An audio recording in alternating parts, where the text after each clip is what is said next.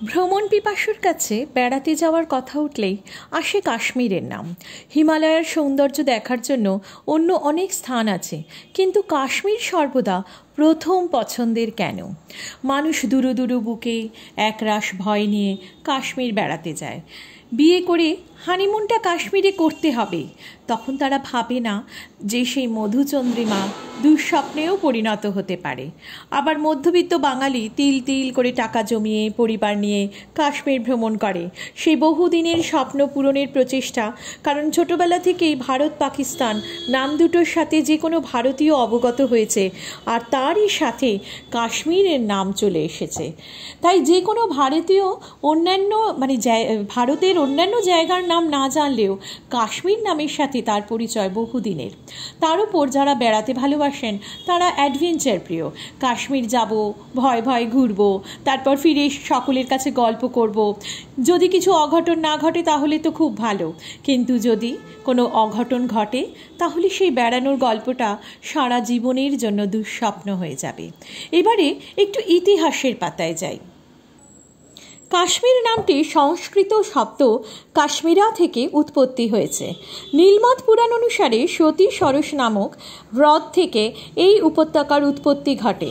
স্থানীয় জনশ্রুতি অনুসারে কাশ্মীর শব্দের অর্থ হল জল থেকে উদ্ভূত ভূমি।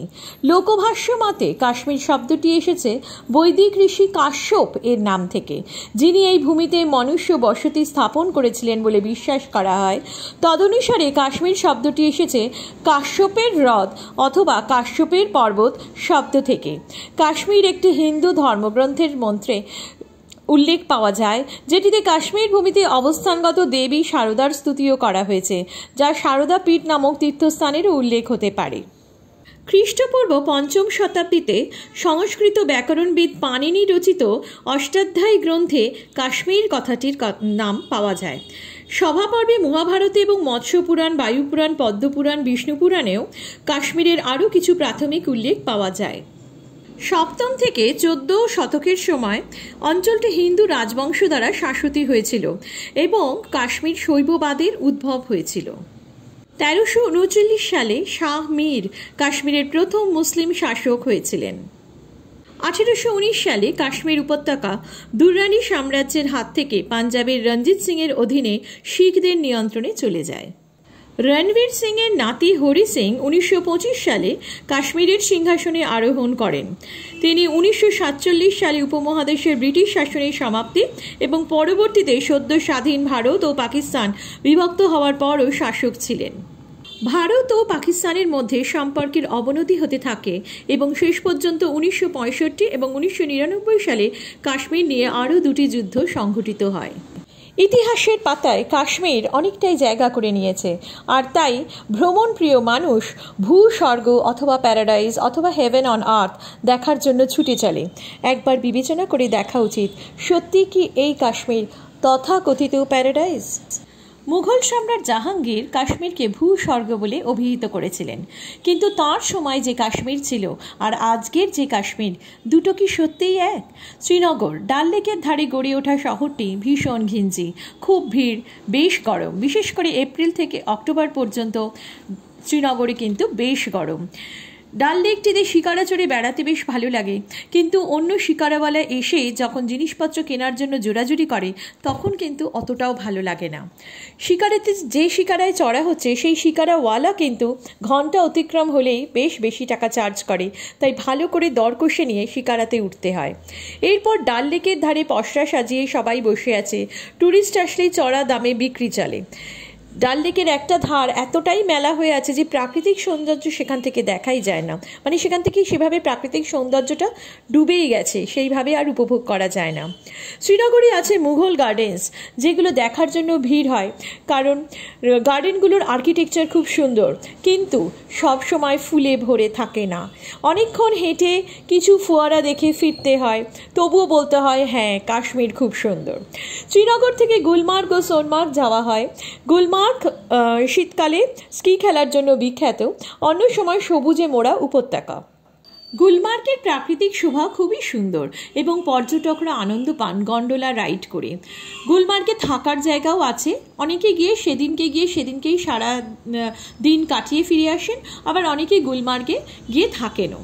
সোনমার্গে গিয়ে ঘোড়া চড়ে, মানে সোনমার্গে মেনলি গিয়ে ঘোড়া চড়তে হয়। ঘোড়ায় চড়ে বেড়ানোর জন্য ঘোড়াওয়ালারা খুব বেশ জোরাজুরিও করে। ঘোড়ায় চড়ার রেট দরদাম করে নিতে লাগে। পার্সোনাল গাড়ি থাকলে কিন্তু সোনমার্গ থেকে ফেরার পথে ক্ষীর ভবানীর মন্দির দেখে নেওয়া যায়। সেখানে স্বামী বিবেকানন্দ গিয়েছিলেন এবং সেই মন্দিরের প্রসাদ ক্ষীর সকল দর্শনার্থীকে ক্ষীর দেওয়ার রীতি আছে, কারণ দেবীর পুজো ক্ষীর দিয়ে হয়। তারপরের গন্তব্য পেহেলগাম, ছোট একটি গ্রাম। কাশ্মীরি গ্রামে গিয়ে থাকবো, প্রকৃতিকে আরও কাছ থেকে দেখব, এই রকম একটা ইচ্ছে প্রত্যেক পর্যটকেরই থাকে। পেহেলগামে শ্রীনগরের গাড়ি কিন্তু অ্যালাউ করা হয় না, ওদের নিজস্ব লোকাল গাড়ি নিয়ে ঘুরতে হয়। শ্রীনগর থেকে পেহেলগামে যারা গাড়ি নিয়ে যাচ্ছে সেই গাড়ি পার্কিংয়ে রাখতে হয়, রেখে ওখানকার লোকাল গাড়ি অথবা ওখানে ঘোড়ায় করে ঘুরতে হবে, সেই গাড়িটা কিন্তু ওখানে চলতে দেওয়া হয় না। ঘোড়ায় করে ঘোরার জন্য রয়েছে জায়গা চন্দনবাড়ি, বেতাব ভ্যালি আর বৈশারণ ভ্যালি। এই তিনটে জায়গা বেশ দুর্গম, ঘোড়ায় চড়ে যেতে হয়, রাস্তা বেশ বাজে, চড়াই, কাদামাখা। শীতে বরফ দেখা যায়, কিন্তু সিজন টাইম অর্থাৎ এপ্রিল থেকে অক্টোবরে এখানে কোনো বরফ নেই। পুরো সবুজ মাঠ আর চারপাশে পাহাড়ে ঘেরা, পাইন বন রয়েছে, এই সৌন্দর্যটাই আছে। আর পেহেলগামে প্রাকৃতিক শোভা এমন কিছু নয় যে শ্রীনগর থেকে 10 ঘন্টা জার্নি করে গিয়ে পেহেলগামে থাকতে হয়। তবুও মানুষের একটা ইচ্ছে, কাশ্মীরে এসেছি, কাশ্মীরি একটা ভিলেজে গিয়ে থাকবো, এরকম একটা ব্যাপার। কিন্তু পেহেলগামে যে হোটেলগুলো আছে সেই হোটেলগুলো সেগুলো ঠিক আছে, এটা নয় যে বিশাল খুব দারুণ ভালো, বাট ঠিক আছে, থাকা যায়, থাকার মতনই। কিন্তু যেটা হচ্ছে পেহেলগামে নিজে কিন্তু ঘোড়া অতটাও যায় না, ওই পুরোপুরি ঘোড়াওয়ালাদের ওপরেই নির্ভর করে থাকতে হয়। ঘোড়াওয়ালারা যেখান দিয়ে যখন যেরকম রাস্তা দিয়ে নিয়ে যাবে সেই রকম রাস্তা দিয়েই ঘুরে বেড়াতে হয়। পেহেলগামের সৌন্দর্য বলতে লিডার নদী, চারপাশে পাহাড়, আর ওই ঘোড়ায় করে গেলে বৈশারণ ভ্যালি, যেটাকে মিনি সুইজারল্যান্ড বলে অভিহিত করা হয়েছে। এই মিনি সুইজারল্যান্ড বলে শব্দটা, এই বিশেষণটা দেওয়া হয়েছে, এবং তাতে কি হয়, যারা ট্যুরিস্ট তারা কথাটা শুনেই তাদের ভীষণ মনে ইচ্ছে জাগে যে হ্যাঁ, আমরা কাশ্মীরে এসেছি, মিনি সুইজারল্যান্ডেও যাব, প্রচুর ছবি তুলব। এবং এখন যেটা হয়েছে যে ওই ঘোড়াওয়ালারা রীতিমতো বলেই যে চলো রিল বানিয়ে দিচ্ছি, ছবি তুলে দিচ্ছি, ভিডিও করে দিচ্ছি, এইসবে আকৃষ্ট হয়ে গিয়ে পর্যটকও দৌড়ই সেখানে। কিন্তু তারা একবারও ভাবে না যে এই জায়গাগুলোতে বিপদ কিন্তু সেখান থেকে যখন তখন হতে পারে। সম্পূর্ণ একটা বিপদসংকুল এরিয়ায় যাওয়া যেরকম, ঠিক সেরকমই ব্যাপার। তবুও পর্যটকরা ছুটে চলেছে এই জায়গাগুলোতে। এবং এও নয় যে অপরূপ প্রাকৃতিক শোভা যার তুলনীয় সুইজারল্যান্ড, সেটা কিন্তু কখনোই নয়, কারণ সুইজারল্যান্ড সম্পূর্ণ অন্য রকম দেখতে। তা যাই হোক, এই জায়গাটাকে মিনি বলা কারণ একদমই খুব ছোট্ট হিসেবে সুইজারল্যান্ডের সাথে তুলনা করা হয়েছে।